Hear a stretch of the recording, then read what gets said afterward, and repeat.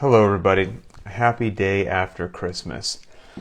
All right, yeah, it's December 26, 2023, and we've got a cool one today, a cool topic. This is something I harvested from the Linchpin private Facebook group, I don't know, last week, the week before, whenever it was that Jackie came up. This individual posted something, caught my eye, I thought there was something there, and I saved it for today. So, Nicholas, hello. Hello out there in Canada. Hope all is well. So there's an individual in the private track. There might be some people who are better specifically at running than he is. There are some people specifically who are a bit stronger than him. I'm sure there are some people who are better at just gymnastics than him. But I don't think there's anybody in the entire Linchpin community overall fitter than him. And that's our friend from France, Mr. Ben G. And Ben posted this in the Linchpin private Facebook group after Jackie. And his Jackie time was 6 minutes and 15 seconds. 6 minutes and 15 seconds. And that time made him a bit sad. Okay, if you can wrap your heads around that. I'm joking. Humor here. Because a 6 minute and 15 second Jackie, if you track that on BTWB, that's level 96. Level 96. And there's not 100 levels, okay? It only goes to 99. And he's at level 96. There's not much more to squeeze out of that as far as the limits of human performance that he's got there. It's one of the top times you're going to find. And beating that is going to be really tough to do. And so he posted 6:15. I think he's been a fraction faster in the past, okay? But today was a 6:15. And he said in his post, I think this is it. I think I'm at the point where a PR is not going to show up again. Maybe except for something very specific, on this Jackie workout. And it's rough mentally. And I'm sure that it is when you're just going at that sort of a pace. I'm turning 40 this summer. There's some ego there, etc., etc. But basically, it was getting into his head that, he feels he's sent it as fast as he could send it, and, he was off by a couple seconds from his lifetime PR. Had to settle for a 6 minute and 15 second, a level 96 on Jackie. And this is an interesting thing that some of us will all face in one way, shape, or form. There's going to be some point in time where the PRs stop, and it could be for any number of reasons. It could be that your workout PR, you're never going to back squat more weight, you're never going to have a faster 5K, you're never going to do whatever because you've been training a decade, 2 decades, 3 decades, now you're in your 40s, now you're in your 50s, now you're in whatever, and just Father Time waits for no person. And, that was the peak. Well, when the day comes that I never PR my back squat again, does that mean that the back squat has no training value and then I'm just going to stop back squatting? And maybe with that example, you're like, well, no, of course not. Back squat, regardless of whether the day the PRs stop or whatever, has tremendous value. I'm going to be back squatting for as long as I can because there's such utility in that movement. Yes. Okay, yes. And that same, if you can follow the bouncing ball, that same thing can be said on the overwhelming majority, if not all the workouts that we do. And the same with something like Ben with Jackie here, where he's potentially just bumped into the limits of his human performance on this particular workout. I used to have a good party trick, years ago. Like my lifetime PR on Fran, I haven't seen for a very long time. I was kind of a Fran specialist. My overhead position wasn't good, but I could hip drive and I could get that barbell up there. The loading was just light enough that I could move it. The rep range was great for me. The time domain was short enough that I could just turn my mind off and decide to dance with the devil. But I did several Frans sub 230, 222, 226, 227, all right around there. Just couldn't go any faster, quite frankly, and would be messed up for about 15 minutes after that. And at that point, the difference between me doing like a 225 Fran or 231 Fran was, did I put the barbell 2 steps further away from the pull-up bar than I did last time? Because then after the set of 21, It was an extra 2 steps to the pull-up bar, 2 steps back for the set of 15, finish the 15, extra 2 steps to the pull-up bar, extra 2 steps back for then the set of 9, same deal. And like when you're PRing or not PRing based upon things like that, it's not that you could go any faster on the movements. You're in this interesting question, right? Of like, okay, I may never PR this workout again. Does that mean I should stop doing Fran? It's an interesting question. I mean, I can tell you for me, it was an absolutely not, because even though I couldn't go any faster on that workout, the training stimulus from Fran, which is why I was doing it. I wasn't doing it for a specific time on the clock, although it's cool for bragging rights and to look at me on the leaderboard. Like, that's cool, I get it. But I was doing it for the training stimulus, and the training stimulus, whether I had a 5-minute Fran or whether I had a 2.5-minute Fran, both of those hit me like a locomotive for a weightlifting, gymnastics, descending, moderate loading couplet. The mission was accomplished at 5 minutes, at 4 minutes, at 3 minutes, and at 2.5 minutes. Same.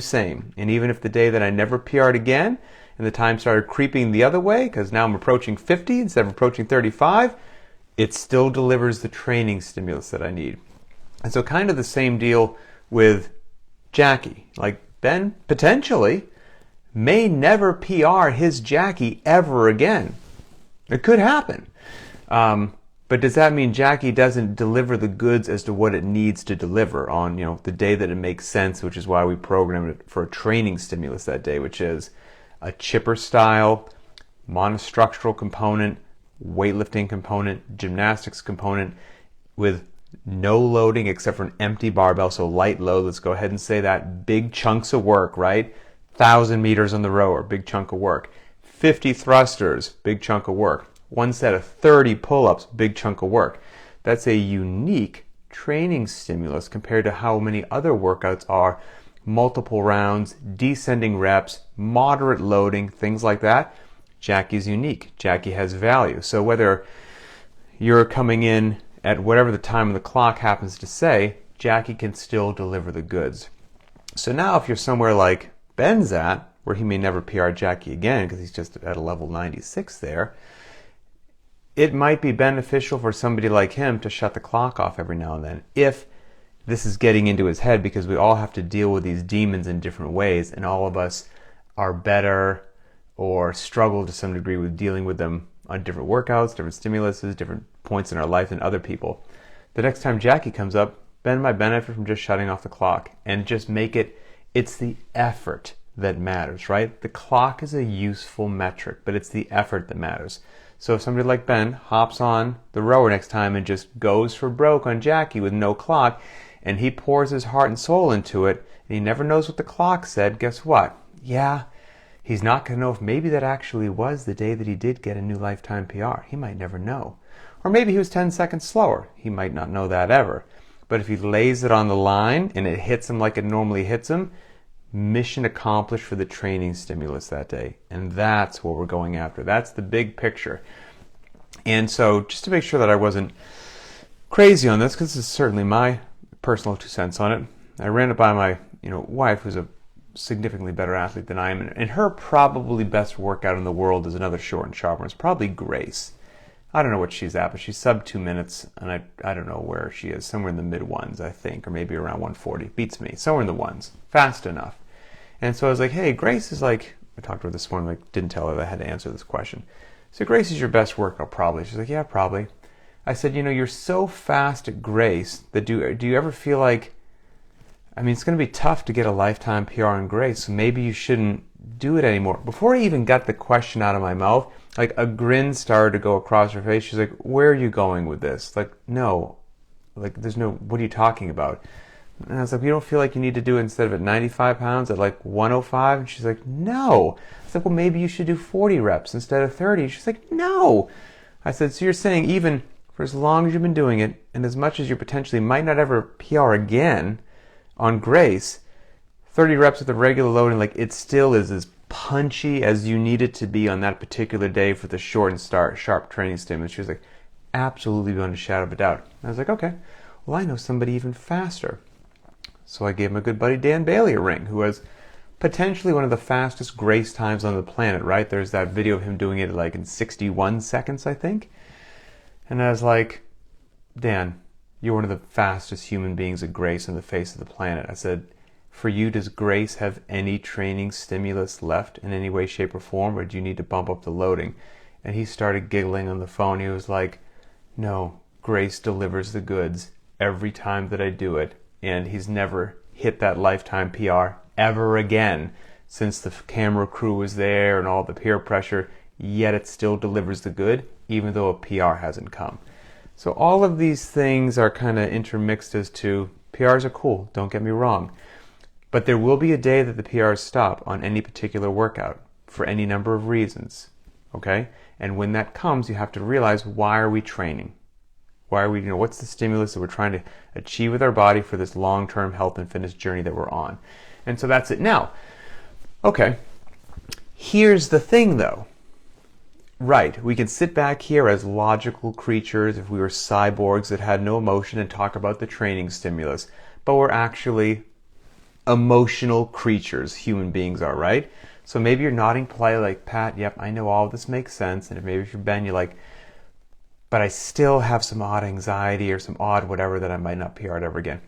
Gotcha. Well, here's what I would recommend. You know what? And he wrote down his splits for this workout. So the 1,000 meter row took him 3 minutes and 30 seconds. It's a really good row. He was done. The thrusters took him 1 minute 36, and then the pull-ups took him 41 seconds. Okay? So what I would say, you know your splits here. Again, run the clock or don't run the clock if you want, but allow yourself to crash and burn. This could be terrible, Ben, but this would be my recommendation to you. You know that you did this row in 3 minutes and 30 seconds, and you probably feel like if I go any faster, it will negatively affect the other parts of the workouts, and therefore it's not worth it. To which I would say, great. Let it negatively affect the other parts of the workout. The next time you do this workout, I don't want you to row a 330. I want you to row a 320. Try to row a 320. And if you crash and burn on the thrusters, who cares? Crash and burn on the thrusters. And then if you stare at the pull-up bar for far too long, then you hop up there, and they're the most broken up set that you've ever done, allow them to be the most broken up set that you've ever done. Because you know what? You're so darn fast that you're still going to put in a good Jackie time.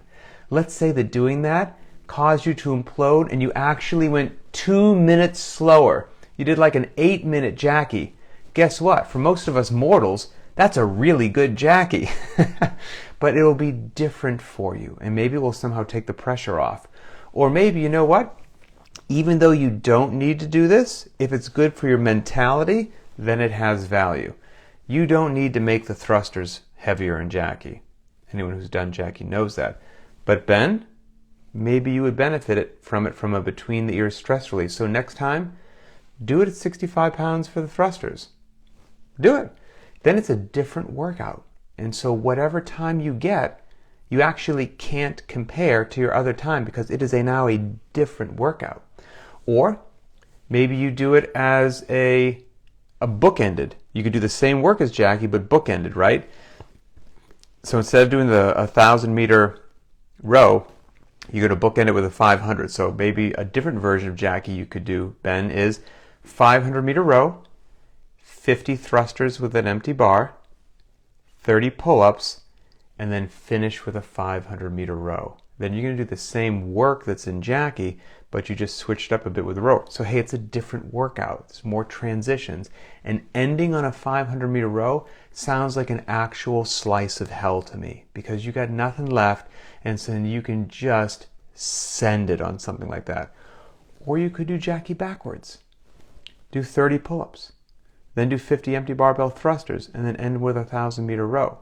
Or you could do regular Jackie, but make the pull-ups chest to bar if you so desired. And all of those things, those slight tweaks, you now really can't compare any of those times to your actual real Jackie times because they are different workouts. They're really close, but they're just different enough. And because of that, you will preserve the training stimulus. You will not be able to crawl into your own head because you can't compare those times. And it might be just a great way to, we got to do this training thing for life. We got to make smart decisions with our knees, our back, and our shoulders. We got to surround ourselves with good people that help us remove ego and stay on a smart path. But at the same time, we also need to realize that people are interesting creatures, and every now and then we might need to do something that just helps them bring a little joy or a little bit of a variance to a workout that they've done several times. And if in doing that, it keeps them walking into the gym, into the garage, keeps them fired up about training, it's wonderful. It's a great call, and it has a ton of value. So, yeah, that's it. I think that's my 2 cents on that. Let me see if I missed any comments, and then I will sign off, and I'm going to go walk out into the garage. Okay. And Ben, you should be very, what's the word I'm looking for? Flattered, I guess, because when I was talking to Dan Bailey about you, I was like, I got this guy in the community, Ben. Yeah, I was like, he's got a 615 Jackie. And Dan was like, oh, wow, that's a really solid Jackie. So, you're doing all right. Okay, all right, everybody. That is the video today. That's the show. Have a great day. Enjoy your workout, and we'll talk later.